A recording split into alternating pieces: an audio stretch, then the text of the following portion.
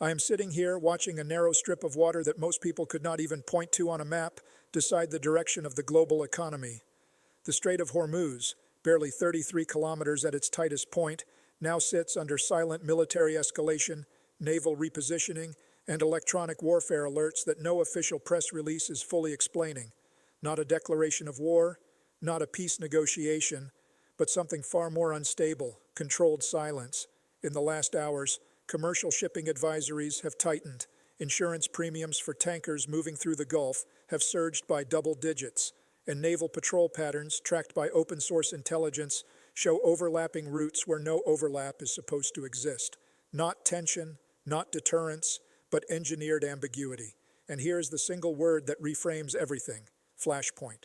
Because what is happening in Hormuz is not loud. It is not televised. It is not even fully acknowledged in official briefings. Yet over 20% of the world's oil supply still passes through this narrow channel every single day. One miscalculation here does not echo locally. It echoes into fuel prices, shipping chains, and political stability across 3 continents. Silence has become the operating system of escalation, and in that silence, something new has already begun. A phase of war that does not announce itself, and what you are about to see is why nobody is calling it a war yet. The Strait of Hormuz is not failing because of geography or routine naval tension. It is failing because silent systems of deterrence that once prevented escalation are now being tested without announcement, without signature, and without accountability. It is not blockade dynamics that are changing first. It is perception itself. In the next few minutes, I'm going to walk you through exactly how this silent phase began, who is shaping it without publicly owning it, and why the most dangerous movements in this crisis are the ones no satellite image can fully explain. You will see the origin point of this shift, the physical military reality behind it, and the deeper institutional breakdown that made it possible. And there are 2 paths emerging from this moment. One leads to controlled containment, fragile, negotiated, and dependent on restraint from multiple actors who no longer trust each other. The other leads to a slow tightening of maritime pressure that does not look like war at first, until it already is. Before we go further, subscribe and turn on notifications, because the next 72 hours of this story are likely to move faster than official statements can keep up with. And being even 48 hours behind in a situation like this is not just informational delay, it is strategic blindness. What looks like silence right now is actually coordination, and that is the real story. Let us go back to April 18th, 2026, or 2:47 a.m. local time, eastern approaches to the Strait of Hormuz. The sea was unusually still, not calm, still. There is a difference sailors recognize immediately. Wind speed had dropped below 6 knots. Visibility stretched beyond 12 nautical miles. Oil tankers moved in their standard corridors, lit like floating cities, predictable, routine, almost mechanical in their obedience to schedule. For 17 days before this moment, nothing major had officially changed. Insurance markets priced risk as elevated but stable. Naval advisories repeated the same language: monitoring situation. Satellite feeds showed normal traffic density. Analysts called it manageable tension.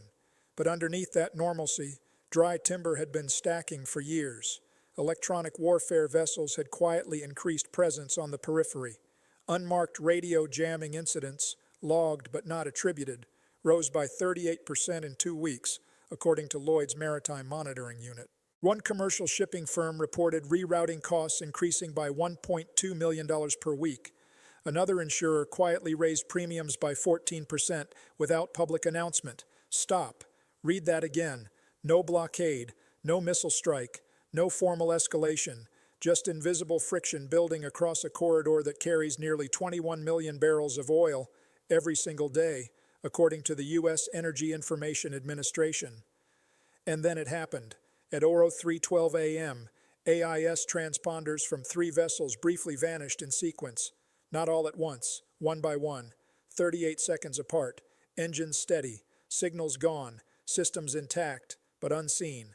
One shipping lane, just one lane. And for the first time, maritime commanders on both sides stopped describing the situation as stable risk management. They used a different phrase. They called it controlled uncertainty. Revelation number 1. And this is the part that turns silence into structure. What is unfolding in the Strait of Hormuz is not just political signaling, it is the physical reconfiguration of one of the most heavily militarized maritime corridors on Earth.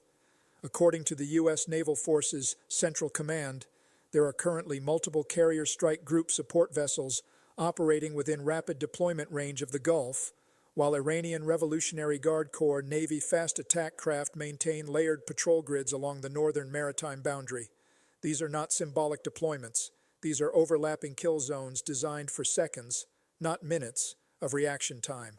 According to Lloyd's List Intelligence, commercial vessel rerouting costs have risen between 12% and 18% in the past reporting cycle alone, while insurers have begun adding war risk surcharges on a case-by-case basis instead of standard regional classification. That shift alone signals something deeper. Risk is no longer generalized. It is localized, dynamic, and unpredictable.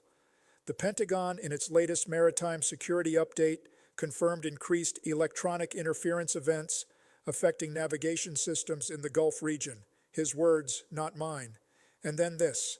A single incident report documented a $700 million U.S.-aligned naval asset shadowing a cluster of civilian tankers whose combined cargo value exceeded $2.1 billion. Dollar-for-dollar comparison, one defensive maneuver now mirrors multi-billion-dollar exposure risk in real time. Reuters described the situation as fluid maritime deterrence. The BBC called it non-kinetic escalation in a confined choke point. But here is the number that matters most. Over 21 million barrels of oil per day still move through this corridor. One disruption does not create shortage. It creates pricing shock across global markets within hours. Re-listen to that. Not a blockade. Not a war declaration. A system where visibility itself is becoming contested territory. That is revelation number 1, and we are just getting started. Revelation number 2, and this one nobody saw coming. Because beneath the ships, beneath the radar locks, beneath the insurance graphs and naval briefings, there are people who wake up in the exact same silence this conflict is built on. Before any escalation headlines, the coastline cities around the Gulf looked ordinary.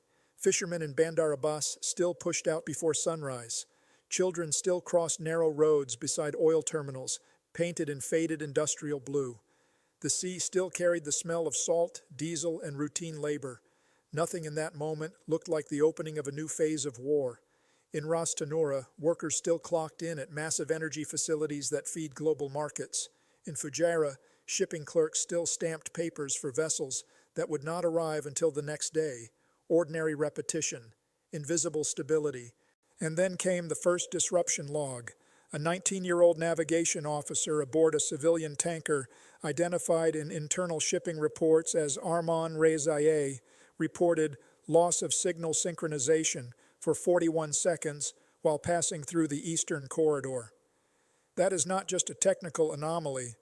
That is a human being watching instruments go blind in open water. Let that land. The official language called it temporary electronic interference. It did not say panic. It did not say fear. It did not say what it feels like when a vessel worth $80 million is suddenly moving without trusted instruments in a corridor already described as a flashpoint. And here is where language becomes political. Officials describe these events as incidents, not disruptions, not threats, not escalations, incidents. That was not accidental. That was framing. He said incident. He did not say near miss with strategic consequence. That was not a vocabulary gap. That was a decision. And now the question no briefing fully answers. How many incidents does it take before a corridor becomes a battlefield without ever being declared one? Insert CTA 2. If you are still watching, subscribe now, because most people will only hear about this when it is already reflected in fuel prices and global markets, not when it is still forming in silence. And ask yourself, when silence becomes the warning system, who gets to hear it first? Revelation number 3. And this one is about what is happening to the institution itself. Because Hormuz is not just a corridor of ships, it is a governed system of overlapping authorities, naval doctrines, insurance regimes, and silent agreements that only function as long as trust is assumed. And that trust is breaking in layers.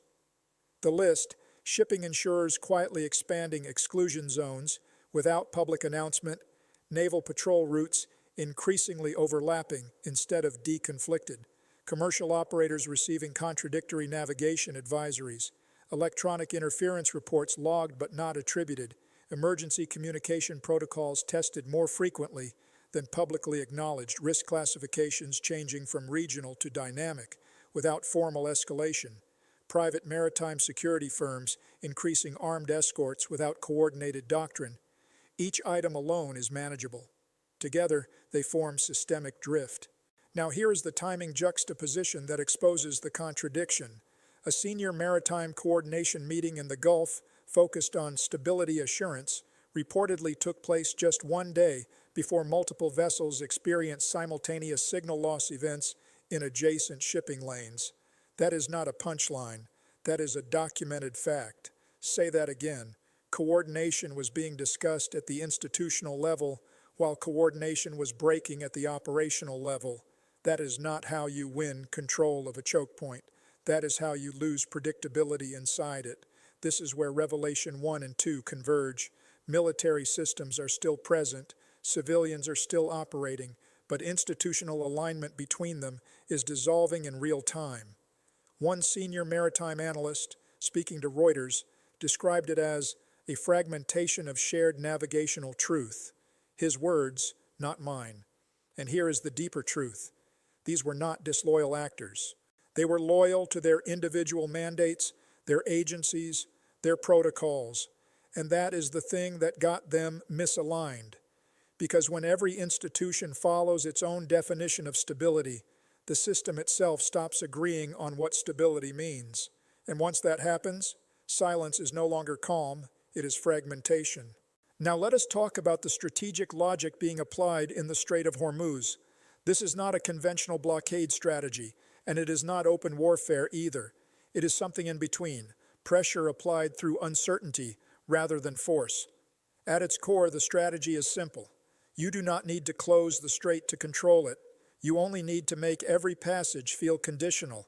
Historically, this resembles the logic of the Atlantic U-boat campaigns in World War II, where the objective was not to defeat fleets head-on, but to make shipping routes psychologically and economically unstable.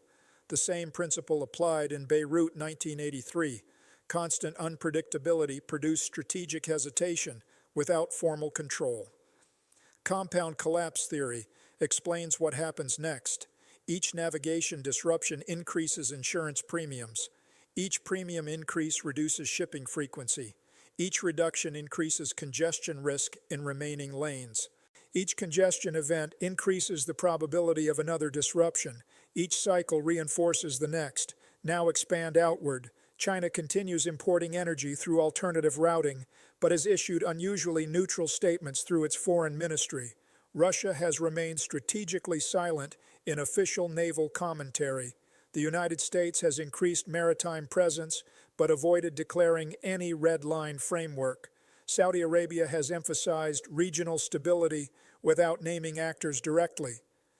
Their silence is the most eloquent statement possible, because silence here does not mean ignorance. It means calibrated positioning. Insert CTA 3. If you are following this closely, like this video and share it with someone who still thinks maritime security is a stable background condition of global trade. And here is the strategic reality. The actors who might stabilize the situation are present, but fragmented. And the choke point that threatens global energy security sits exactly where it has always been, undisturbed, watching. Now let us talk about what this means for you personally, because this is where the story stops being about navies, shipping firms, and ministries, and starts becoming about household survival in the global economy. Oil passing through the Strait of Hormuz is not an abstract number. It feeds directly into fuel prices, transport costs, and food inflation across South Asia, Europe, and beyond. When maritime insurance premiums rise by even 10 to 15%, that cost does not stay in maritime accounting reports. It moves downstream into diesel prices within weeks. When shipping delays increase by hours in a choke point like Hormuz, global freight rates adjust almost immediately. In practical terms, That can mean higher electricity bills, rising grocery prices, and transport fares that quietly increase without public announcements. A 5 to 8% shift in crude-linked logistics costs can translate into visible inflation in everyday markets. That is not a forecast. That is already in your wallet. Even sectors that seem unrelated, like data centers, cloud infrastructure, and global manufacturing supply chains, depend on stable energy pricing. When volatility enters oil transit routes, it does not stay contained. It spreads through contracts already signed months in advance. The Strait of Hormuz is not insulated from the global economy. It is the pressure valve beneath it, and the silence in that corridor did not create uncertainty in your daily life. It just made it impossible to ignore. There is a genuine counter-argument here that deserves honest acknowledgement. Presenting only one side would turn this into commentary, not analysis, and that is not what this is. Fair point. Maritime authorities and some regional officials argue that shipping through the Strait of Hormuz is still flowing at near normal levels, and that what we are seeing is routine risk management adjustments rather than structural escalation. They also point to the fact that no formal blockade has been declared and no sustained closure of shipping lanes has occurred. Fair point, we report it. But here is what naval analysts and maritime risk specialists understand that surface-level metrics apparently do not capture. Stability in chokepoints is not measured by whether ships are moving, but by whether movement is predictable without military or electronic friction. A 2026 Lloyd's Maritime Risk Advisory note highlighted that insurance pricing volatility, not physical interruption, is now the leading indicator of systemic maritime stress in high-risk corridors.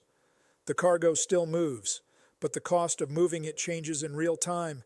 That distinction matters, because normal flow can exist inside abnormal conditions. The question is not whether ships are passing through Hormuz today. The question is whether they are still passing through it under conditions that can be trusted tomorrow. So where does this leave us? Let me give you two clear paths because there is no honest middle ground here. Path 1. Controlled containment. This scenario requires a very specific sequence of restraint. First, all major naval actors maintain current deployment levels without escalation. Second, electronic interference events are reduced through behind-the-scenes technical coordination channels. Third, regional maritime insurance markets stabilize risk pricing within 2-4 weeks. Fourth, diplomatic back channels between Gulf states and global powers begin producing informal navigation guarantees. If, and only if, these four conditions align, Hormuz remains a high-tension but functional corridor, not peaceful, not stable in the traditional sense, but managed. The outcome is uncomfortable equilibrium. Nobody wins fully, nobody collapses, and everyone absorbs higher long-term costs just to prevent short-term rupture. This path is possible. But here is the condition that makes it difficult. It requires trust between actors who are currently operating on reduced trust margins. Path 2. The spiral. This is not a collapse in the Hollywood sense. There are no explosions, no dramatic headlines. There is only friction, not dramatically, not all at once, but steadily, irreversibly, like water eroding stone. Each navigation incident increases insurance premiums. Each premium increase reduces traffic density. Each reduction increases convoy dependence. Each convoy increases military proximity. Each proximity increases the probability of the next incident. Years from now, a future generation will ask, how did they not see it coming? And the answer will not be a single event. It will be accumulation.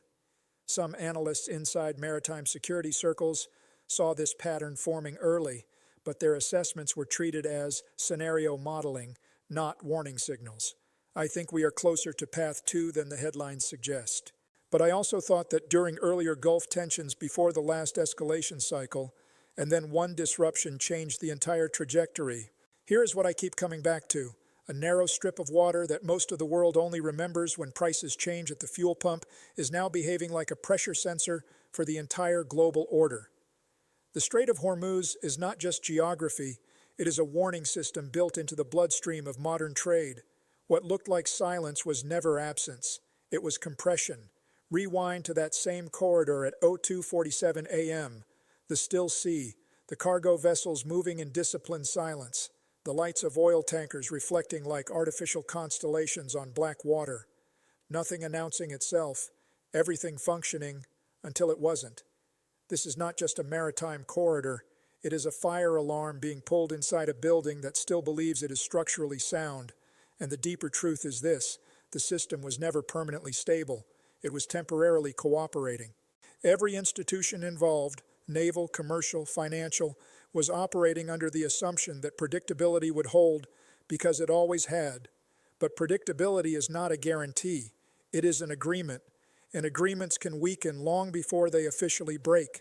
So the question is no longer whether Hormuz remains open tomorrow. The question is, can a global system built on uninterrupted flow survive when flow itself becomes conditional? Or is every stable corridor in history just one silent phase away from becoming something else entirely? If you have watched this far, share this with someone who still thinks the Strait of Hormuz is just a distant maritime issue. It is not. It is a case study in how global systems begin to shift long before headlines admit it. And now, 3 questions, because this story does not end with viewing, it ends with thinking. First, for analysts and observers, if Hormuz is still open, but increasingly unpredictable at the margins, what is the real threshold where normal shipping becomes managed risk corridor? Second, for accountability, when warnings are fragmented across insurers, naval reports, and intelligence briefings, who carries responsibility for acting early enough to prevent systemic drift? And does anyone actually get held accountable when they don't?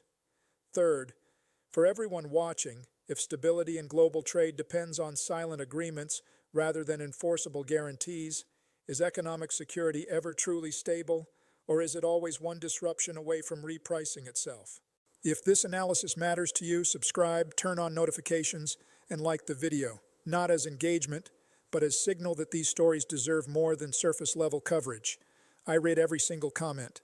This channel exists for stories that are not just news, but structure. Stay sharp.